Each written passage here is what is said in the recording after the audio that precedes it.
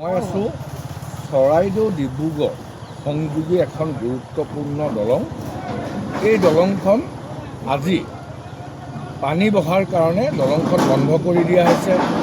দলংখন সম্পূৰ্ণৰূপে নাগালেণ্ড তিৰুত ধৰ্মেশ্বৰ কোঁৱৰৰ নেতৃত্বত যি অবৈধ কয়লা খনন বিজেপিৰ বৰ্তমান বিধায়ক ধৰ্মেশ্বৰ কোঁৱৰ, বিজেপিৰ দালাল ধৰ্মেশ্বৰ কোঁৱৰৰ নেতৃত্বত যি অবৈধ কয়লা খননৰ ফলত আজি এই বাঁহ গছ উটি আহি ডিব্ৰুগড় সংযোগী দলংখন আজি সম্পূৰ্ণভাৱে উটি যাওঁ অৱস্থাৰ সৃষ্টি হৈছে।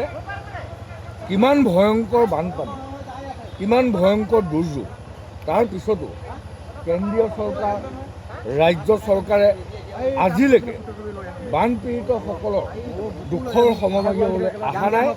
দিল্লীয়ে কেৱল অসমীয়া জাতিৰ শোষণ, সম্পদ, চাহ, তেল, কয়লা লুটিবলৈ জীয়াই আছে।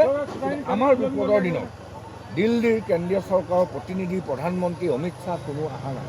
কিন্তু ইলেকশ্যনৰ সময়ত ভোট ভিক্ষা কৰি অসমীয়া মানুহৰ মাজত ভোট ভিক্ষা কৰিবলৈ আহে, কিন্তু আমাৰ সমস্যাৰ সময়ত উঠি দিয়ে। এই দলংখন চাওক, উঠি যাওঁ ৰাইজে আজি বন্ধ কৰি দিছে। অত্যন্ত গুৰুত্বপূৰ্ণ এখন দলং আৰু নদীখনৰ নাম হ'ল চাফাই নদী। এই দলংখন যদি উটি যায় তেতিয়া চৰাইদেউ আৰু ডিব্ৰুগড়ৰ মাজত যাতায়াত ব্যৱস্থাই বন্ধ হৈ যাব। চাওকচোন কেনেকুৱা পৰিস্থিতি চাওক।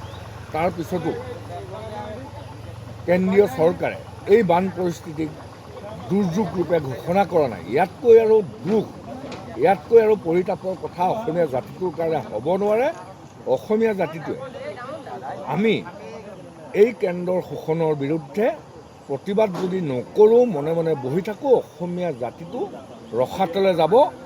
কয়লা লুণ্ঠন, ধৰ্মেশ্বৰ কোঁৱৰৰ কয়লা লুণ্ঠনৰ কাৰণে, চিণ্ডিকেটৰ কাৰণে 2007 চনৰ পৰা কয়লা চিণ্ডিকেট চলাই তিৰু নাগিনীমাৰাত সম্পূৰ্ণভাৱে আজি চৰাইদেউ, নাজিৰা, শিৱসাগৰ আজি পানীত উটি ভাঁহি আছে। ইমান দুখজনক ছবি এই নদীখন, এই দলংখনে। এই চাফাই নদীৰ এই বাঁহবিলাক চাওক, হাজাৰ হাজাৰ বাঁহ আহিছে নাগালেণ্ডৰ পৰা। এই দলংখন আজি বন্ধ কৰি দিছে। এই দলংখনৰ খুঁটাবিলাক চাওক, বেকা হৈ গৈছে। দলংখন যিকোনো মুহূৰ্তত উটি যোৱাৰ সম্ভাৱনা আছে।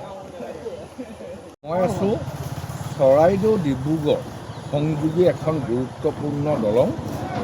এই দলংখন আজি পানী বহাৰ কাৰণে দলংখন বন্ধ কৰি দিয়া হৈছে।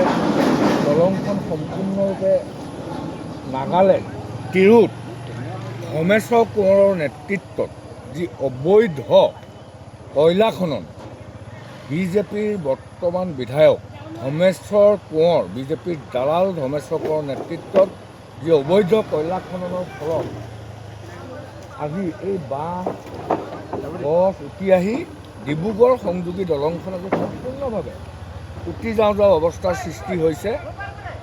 কিমান ভয়ংকৰ বানপানী, কিমান ভয়ংকৰ দুৰ্যোগ, তাৰ পিছতো কেন্দ্ৰীয় চৰকাৰ, ৰাজ্য চৰকাৰে আজিলৈকে বানপীড়িতসকলৰ দুখৰ সমভাগী হ'বলৈ অহা নাই। দিল্লীয়ে কেৱল অসমীয়া জাতিৰ শোষণ, সম্পদ, চাহ, তেল, কয়লা লুটিবলৈ জীয়াই আছে। আমাৰ বিপদৰ দিনত দিল্লীৰ কেন্দ্ৰীয় চৰকাৰৰ প্ৰতিনিধি প্ৰধানমন্ত্ৰী অমিত শ্বাহ কোনো অহা নাই।